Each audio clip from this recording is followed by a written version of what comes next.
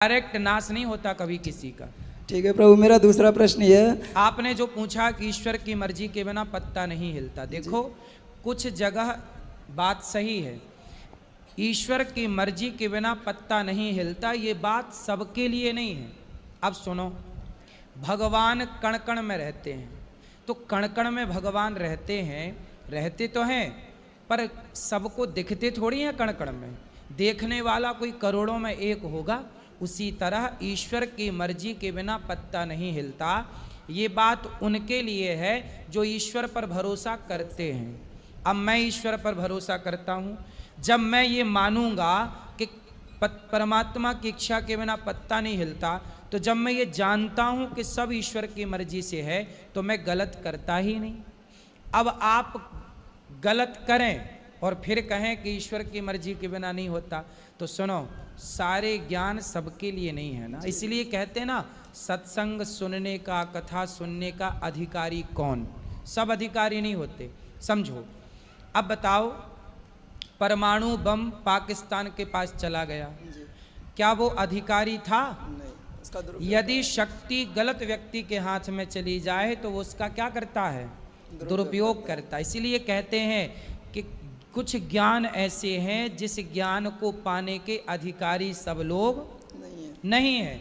तो जो ये वाला ज्ञान है कि ईश्वर की मर्जी के बिना पत्ता नहीं हिलता, इस ज्ञान के भी अधिकारी सब थे नहीं, पर यह ज्ञान सब तक पहुंच गया, तो इस ज्ञान के बल पर लोग मिसयूज कर रहे हैं पाप स्वयं, और दोषी बना रहे हैं ईश्वर को। ठीक है प्रभु, मेरा दूसरा प्रश्न ये है कि भगवत गीता में भगवान श्री कृष्ण अपनी विभूतियाँ बताते हैं कि पक्षियों में गरुड़ में हूँ, जलाशयों में समुद्र में हूँ, ऐसे ही बताते हैं कि इंद्रियों में मन में हूँ। और हम बात बात पे सुनते हैं आचार्यों से कि मन को वश में करो। हाँ। तो जब भगवान श्री कृष्ण इंद्रियों में मन खुद अपने आप को बता रहे हैं, तो हम मन को कैसे वश में कर सकते हैं फिर? और किसी ने करा हो तो उदाहरण दे के बताइए। जिस गीता की आप बात कर रहे हैं, उसी गीता में भगवान से अर्जुन ने पूछा कि चंचलम ही मनः कृष्ण। अर्जुन ने कहा कि प्रभु मेरा मन बड़ा चंचल है, मैं क्या करूं? ये अर्जुन ने सवाल किया गीता में कृष्ण भगवान से। ठीक। तब भगवान ने कहा कि अभ्यासेन तु कौन्तेय वैराग्येण च गृह्यते। हे अर्जुन, जैसे मंदारी बंदर को अभ्यास के बल पर प्रैक्टिस करा करा के बंदर को वश में कर लेता है, मंदारी के इशारों पर बंदर नाचता है कि नहीं? यदि बंदर को वश में किया जा सकता है, तो अभ्यास के कारण मन को भी वश में किया जा सकता है। अब रही बात कि मन को वश में क्यों करना है, भाई मन को वश में नहीं करोगे तो पराई स्त्री में मन चला जाएगा, दूसरे के धन में मन चला जाएगा। इसलिए मन को कंट्रोल करना ही पड़ता है, क्योंकि पूरा खेल मन का है। मन के हारे हार है, मन के जीते जीत, मन ही मिलावत राम से, मन ही करत फजीत। तो मन का खेल है पूरा, इसलिए कंट्रोल। किसी ने करा है, एक आध नाम बता सकते हैं आप, किसी ने मन को वश में किया हो अपने? सुखदेव जी ने मन को वश में किया, बड़े बड़े साधु संतों ने। अब देखो, ये संत जन बैठे तो हैं, मन कंट्रोल में है। बहुत सारे साधु हैं जिनका मन नहीं भटक रहा है। अब बताओ, मन को वश में करना कठिन तो है, पर कर सकते हैं, कोई बहुत बड़ी बात नहीं है। आप अपनी पत्नी के संग रह करके अपनी पत्नी में खुश हैं, पराई स्त्री में आपका मन नहीं जाता। आप गांव घर में देखिए, बहुत सारे लोग हैं जो अपनी पत्नी अपने पति में ही खुश हैं, किसी और नारी को बिल्कुल नहीं देखते गलत नज़र से, वो भी तो मन को वश में किए बैठे हैं।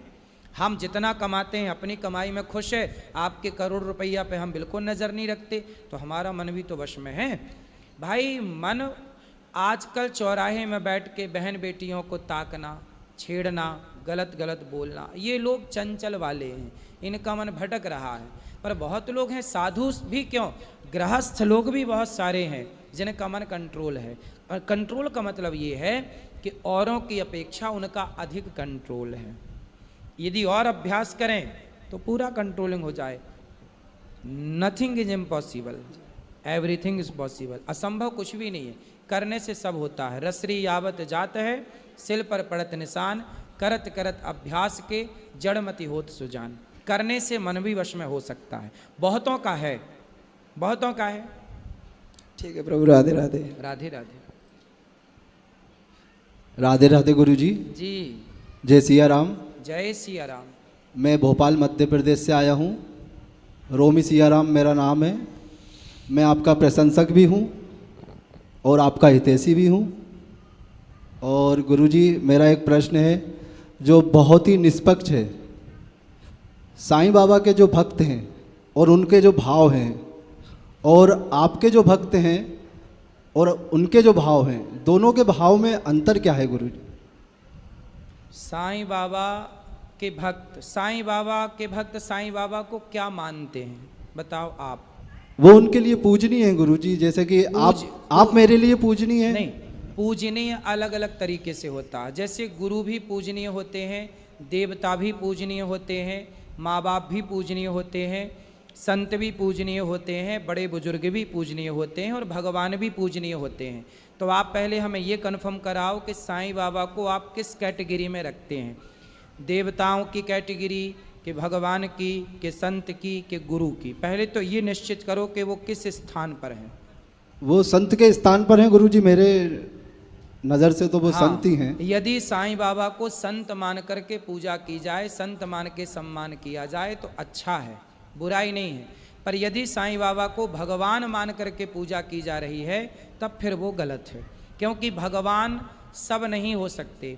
कोई व्यक्ति यदि भगवान हो सकता तो फिर भगवान, फिर कोई व्यक्ति सब, फिर भगवान के मंदिर क्यों है? फिर व्यक्तियों के मंदिर हों, इन बाबा के, उन बाबा के, सब बाबाओं के फिर मंदिर हों, फिर भगवान के मंदिरों की क्या ज़रूरत थी? मतलब सब भगवान नहीं हो सकते ना। जिनके चरण लक्ष्मी जी दबाती हैं, हम लोग भगवान उन्हें मानते हैं। अब क्या साईं बाबा के पांव लक्ष्मी जी दबाएंगी? फिर तो भगवान की, जैसे आप बताओ, क्या कोई भी मर्द, कोई भी पुरुष आपका पति हो सकता है मैया? कितने पति हो सकते हैं कम से कम, या ज़्यादा से ज़्यादा? बोलो। एक पति एक है, दूसरे का कोई विकल्प, दूसरा कोई विकल्प।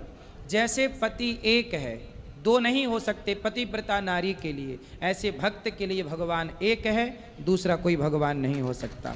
एक भगवान, एको ब्रह्म द्वितीयो नास्ति। वह एक कौन? भगवान श्रीमन नारायण।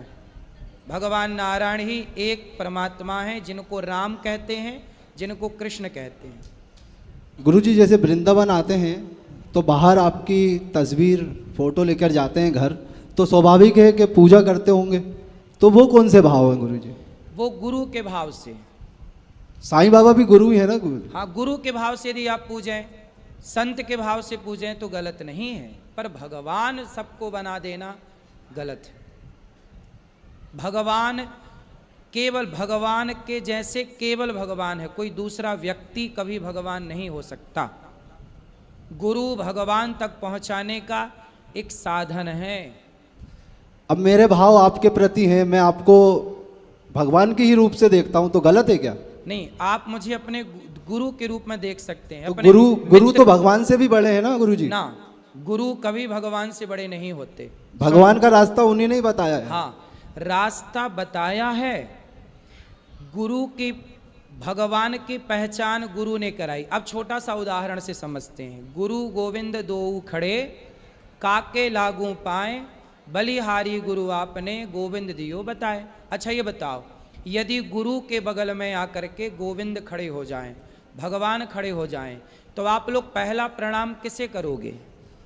गुरु जी को करेंगे। आप सब बताओ, यदि भगवान आए और गुरु खड़े हों और भगवान, तो पहला प्रणाम आप किसे करोगे? जोर से, जोर गुरु से, जी को। जोर से। पहला प्रणाम करेंगे गुरु को। क्यों? क्योंकि गुरु के कारण ही हमें गोविंद का ज्ञान हुआ है। हमें गुरु ना मिलते तो गोविंद हमारे बगल में आके खड़े हो जाते, तो हम कैसे पहचानते कि ये गोविंद हैं? वो तो गुरु ने बताया ना कि भगवान ने एक उंगली से पहाड़ उठाया, भगवान ने लीला की, उनके बाल ऐसे, उनकी आंखें ऐसी, उनका स्वरूप ऐसा। तो गुरु के द्वारा भगवान का बोध हुआ। पहला प्रणाम किसका? गुरु का। परंतु पहला प्रणाम गुरु का है, पर इसका मतलब ये नहीं कि गुरु भगवान से बड़ा हो गया ना। गुरु भगवान से बड़ा नहीं है। गुरु को पहला प्रणाम इसलिए कि गोविंद का ज्ञान गुरु से हुआ, तो पहला प्रणाम गुरु को और आखिरी प्रणाम समर्पण भगवान के चरणों में होना चाहिए। भगवान बड़े हैं, गुरु का सम्मान करना है। गुरु भगवान के समकक्ष हैं, समझो। गुरु भगवान के क्या हैं? समकक्ष हैं, पर गुरु भगवान नहीं है। गुरुर ब्रह्मा गुरुर विष्णु, गुरु ब्रह्मा है। कौन से ब्रह्मा? जैसे ब्रह्मा सृष्टि करते हैं, ऐसे गुरु आपके भीतर नए नए अच्छे अच्छे थॉट, विचार भरते हैं, विचारों की सृष्टि करते हैं, इसलिए ब्रह्मा। गुरुर विष्णु, जैसे विष्णु भगवान पालन करते हैं, ऐसे गुरु आपके अच्छे विचारों का पालन कथा सुना सुना के करते हैं कि वो अच्छे विचार बने रहें। और गुरुर्देवो महेश्वरा, जैसे भगवान शंकर संहार करते हैं, उसी तरह आपके हर गलत विचारों का संहार गुरु जी कर देते हैं। गलत थॉट समाप्त, गलत विचार खत्म, अच्छे विचारों को भर दिया। तो गुरु इस हिसाब से ब्रह्मा विष्णु महेश है। इसका मतलब ये नहीं कि गुरु ही ब्रह्मा है, गुरु ही विष्णु ना। ब्रह्मा विष्णु महेश कहने का तात्पर्य है कि ब्रह्मा विष्णु महेश, जो ब्रह्मा सृष्टि करते हैं, विष्णु पालन, शिव संहार करते हैं, उसी तरह गुरु आपके भीतर अच्छे विचारों को भरना, उनको पालना और गलत विचारों का संहार, इस भाव से ब्रह्मा विष्णु महेश कहा गया है। परंतु गुरु भगवान के समकक्ष है, पर गुरु भगवान नहीं है। यदि गुरु ही भगवान होता तो गुरु के मंदिर होते, फिर भगवान के मंदिर क्यों हैं? सवाल खड़ा हो गया ना। यदि गुरु ही भगवान होता तो फिर गुरुओं के मंदिर होते, भगवान के मंदिर क्यों हैं? इसका मतलब बेटा, गुरु अलग तत्व है, ईश्वर अलग तत्व है। ईश्वर, गुरु भी क्या, मैं आपको क्या बता रहा हूं कि श्रीमन्नारायण श्रीमन्नारायण जपो। हनुमान जी क्या है? जय जय जय हनुमान गोसाई, कृपा करहूं गुरुदेव की नाई। हनुमान जी तो गुरु हैं, पर वो गुरु होकर भी राम के द्वार पर पड़े हैं। राम द्वारे तुम रखवारे होत न आज्ञा। छाती फाड़ते हैं हनुमान जी, कौन निकलता है? सीताराम। हनुमान जी सबके गुरु हैं, पर वो हनुमान राम को अपने हृदय में बसाते हैं। इसलिए राम भगवान तो साहब भगवान हैं। गुरु पूज्य तत्व है, गुरु का आदर करो, सत्कार को। मैं भी, मेरे भी गुरु जी, मैं उन्हें बहुत आदर करता हूँ, पलकों पर रखता हूँ। कभी मैंने अपने गुरु की आज्ञा का उल्लंघन नहीं किया। मैंने कभी अपने गुरु जी से कभी उनके रहते मैंने कभी ऐसा कोई काम नहीं किया कि मेरे गुरु को मेरे कारण सिर झुका के चलना पड़े। मैंने ऐसे काम किए कि मेरे गुरु कह सकते हैं कि ये मेरा शिष्य है, सिर उठा करके चलते हैं। तो मैंने गुरु का खूब आदर सत्कार, जो बन पड़ी सेवाएं की। लेकिन मेरे गुरु ने क्या बताया? बेटा, मुझे अष्टाक्षर मंत्र मेरे गुरु जी ने दिया। मेरे गुरु ने ही मुझे नारायण का बोध कराया। मैं नहीं जानता था कि नारायण कौन है, मैं नहीं जानता था कृष्ण कौन है, मैं नहीं जानता था कि राम कौन है। मेरे गुरु की कृपा से मैं जान पाया कि राम कौन है, कृष्ण कौन है, नारायण कौन। इसलिए मेरे गुरु जी ना होते तो मैं राम कृष्ण को ना जानता, मैं भगवान को ना जानता। इसलिए मेरे गुरु पहले, यदि भगवान आकर खड़े होंगे तो मैं पहला प्रणाम गुरु को करूंगा और कहूंगा कि हे भगवान, इन गुरु के कारण ही आज मुझे आपका दर्शन हुआ। साईं बाबा की पूजा करना मतलब गलत नहीं है, कर सकते हैं भाव से। किस भाव से? गुरु के भाव से, साधु संत के भाव से। साधु संत के भाव से। ठीक। और एक गुरु अगर कह रहा है कि उनकी पूजा नहीं करना चाहिए, तो उन गुरु के विषय में क्या भाव रखना चाहिए? देखो, सबके अपने अपने भाव हैं। तुलसीदास जी क्या कह रहे हैं सुनो। और देवता चित्त न धरई, हनुमत से य सर्व सुख। सब देवताओं को चित्त पे नहीं रखो। एक पत्नी होती है ना, वो अपने पति को ही हृदय में रखती है। अब सारे मर्दों को रखने लग जाए, तुम भी हमारे, तुम भी हमारे, तुम्हें भी आई लव यू, तुम्हें भी आई लव यू, तब तो हो गया उसका काम। ऐसे ही पत्नी केवल पति को आई लव यू बोले, वो पत्नी अच्छी है, सबको बोलती फिरे। ऐसे ही भक्त वही जो एक भगवान को आई लव यू कहे, सबको नहीं कि सबको बिठाता फिरे।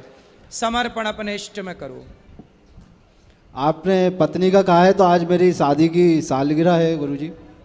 तो आज आपकी पत्नी से ले लेना एक आई लव यू। जी, यहीं से बोल देता हूँ मैं आई लव यू, और उससे ही संसार में सबसे ज़्यादा प्रेम मैं अपनी पत्नी से ही करता सही हूँ। है, पत्नी से करो, पति से करो और भगवान से करो। जी, बच्चों को बढ़िया लाड़ प्यार करके योग्य बनाओ। राधे राधे, जय सिया राम। पत्नी आई है? नहीं आई वो गुरुजी अभी। चलो। अगली बार जरूर उन्हें लेकर आऊँगा। बिल्कुल, बहुत बहुत शुभकामनाएं आपको शादी की सालगिरह। यहाँ ले आना भैया बात, ठीक, खुश रहो। हेलो गुरु, राधे राधे। हेलो। आपके चौड़ों में कोट कोट प्रणाम जी। मैं आज पहली बार वृंदावन आई हूँ। अच्छा। मैं आप 2022 से मैं आपका कथा सुनती हूँ। आज भगवान कृपा से आपका भागवत कथा सुन के आपका आशीर्वाद से मेरा ज़िंदगी बदल गया। मेरा शरीर बहुत पहले बीमार रहती थी, बहुत परेशान रहती थी, आज 10 साल से मैं परेशान रहती थी, बाकी आपकी कृपा से मेरा ज़िंदगी बदल गया। आज भगवान के सेवा में, भक्ति में आप करके दिया, जो आपका दिखाया हुआ रास्ता में चल रही हूँ। भगवान की कृपा से, आशीर्वाद से, आपकी कृपा आशीर्वाद से सब अच्छा बीत रहा है। खुश रहिए। मैं गुरु जी आज भगवान के आशीर्वाद से, आपके आशीर्वाद से, भगवान की कृपा से घर भी बन गया। मैं लोग ने इसे नहीं जानती थी चलो, कि नहीं भगवान होगा। सब अच्छा करें। कोई सवाल है आपका? भैया ये सवाल है, एक सवाल है गुरु जी। मेरे ससुर 7 भाई हैं, तो 7 भाई के मतलब कोई मतलब बेटा है या बेटा है, एक बेटा है, उनके मतलब कोई बच्चा हो जाए तो पूजा भगवान का करना चाहिए नहीं? ससुर 7 भाई हैं। हाँ, उनके बेटे के बेटे को बेटे हों तो भगवान की पूजा करना या चाहिए कि नहीं? काहे नहीं करोगी पूजा? उसके बेटा हो रहा तो होता रहे, हम पूजा काहे नहीं, छोड़े? बोलते हैं नहीं पूजा करना है, अशुद्ध हो गया। मैं तो उड़ीसा में रहती तब भी बोलते हैं घर में हो गया तो नहीं पूजा करना चाहिए। सूतक देखो, मरने का सूतक ज्यादा लगता है, जन्मने का सूतक सीमित होता है, पर सूतक के टाइम पे मानसिक पूजा की जाती है, मन से ईश्वर की आराधना कर सकते हैं। हाँ, मन से। गुरु जी मैं गुल्लक लाई हूँ, माताओं के लिए निकाली थी, हाँ, आपके देना चाहती हूँ आपके हाथों ठीक से। ठीक ठीक, खुश रहो। राधे राधे गुरुजी। जी। गुरुजी आपके चरणों में मेरा कोटि कोटि प्रणाम। खुश रहो। और गुरुजी मैं एमपी डिस्ट्रिक्ट दमोह से आया हूँ और छोटे से गांव बोवई से हूँ। गुरुजी मेरा प्रश्न थोड़ा अलग है, पर मैं थोड़ा चिंतित हूँ, इसलिए मैं आपसे ये विनम्र भाव से ये प्रश्न कर रख रहा हूँ आपके पास। गुरुजी मेरी जो पत्नी है वो आपकी दीक्षा ले चुकी हैं। ठीक है। 1 साल पहले वो आपके प्रवचन सुनती हैं गुरुजी। ठीक है। और हमने आपके प्रवचन पहले कभी नहीं सुने थे, तो उन्होंने हमें शिक्षा दी कि अनिरुद्ध आचार्य जी गुरु जी हैं ना, उनके प्रवचन सुना करो। तो मैंने 1-2 दिन पहले मतलब उनकी बात टाल दी, फिर उन्होंने ज़बरदस्ती हमें सुनवाए आपके प्रवचन। ठीक है। तो हमें बहुत अच्छा लगा आपका जो पारिवारिक आप समझाते हैं कि पति पत्नी दोनों खुश रहना चाहिए और कभी लड़ाई नहीं करना चाहिए और हमेशा एक दूसरे का साथ देना चाहिए। ठीक है। तो थोड़ी सी दिक्कत ये आ गई है गुरुजी कि अभी हम काम नहीं कर पा रहे थे, तबीयत खराब हो गई थी हमारी, तो थोड़ी सी घर में दोनों में मनमुटाव चल रहा था, हम में और मेरी पत्नी में, दोनों में। तो ये मनमुटाव ऐसा हो गया कि उनको ऐसा लगा कि ये काम नहीं करेंगे। ठीक है। तो वो बोलने लगी, मतलब मायके चलेंगी गुस्से में, और अब वो तलाक की बोल रही हैं हमसे कि शराब पीते हो आप? नहीं सर, नहीं गुरुजी, कभी नहीं पिए? नहीं गुरुजी। उपाध्याय, मेरा नाम शिवम उपाध्याय है, मतलब ब्राह्मण है, तो शराब मुर्गा मछली ये कुछ नहीं करती गुरुजी। अच्छा, तो आप काम क्यों नहीं करते? पैसे कमाओ। पैसे कमाते हैं गुरुजी। अभी हम आए थे वृंदावन, वृंदावन में हमने तो पत्नी को बोलना, ले आते, हम समझाते, समझाएंगे, हमारी बात बोलना कि सुने जी। पति ना कमाए, पति गरीब है, पति नहीं काम कर रहा है, इस परिस्थिति में पत्नी को अपने पति का साथ देना चाहिए, ना कि पति को छोड़ देना चाहिए। जब पति गरीब हो, अकेला पड़ रहा हो, उस समय पत्नी तो साथी है ना उसकी, इसलिए बेटा आपको पति का त्याग नहीं करना चाहिए। तलाक हम सनातनियों में नहीं होता, तलाक वाला की परंपरा हमारे सनातन में है ही नहीं, ये कोई अच्छी विचारधारा नहीं है। तलाक का रास्ता अच्छा रास्ता नहीं है।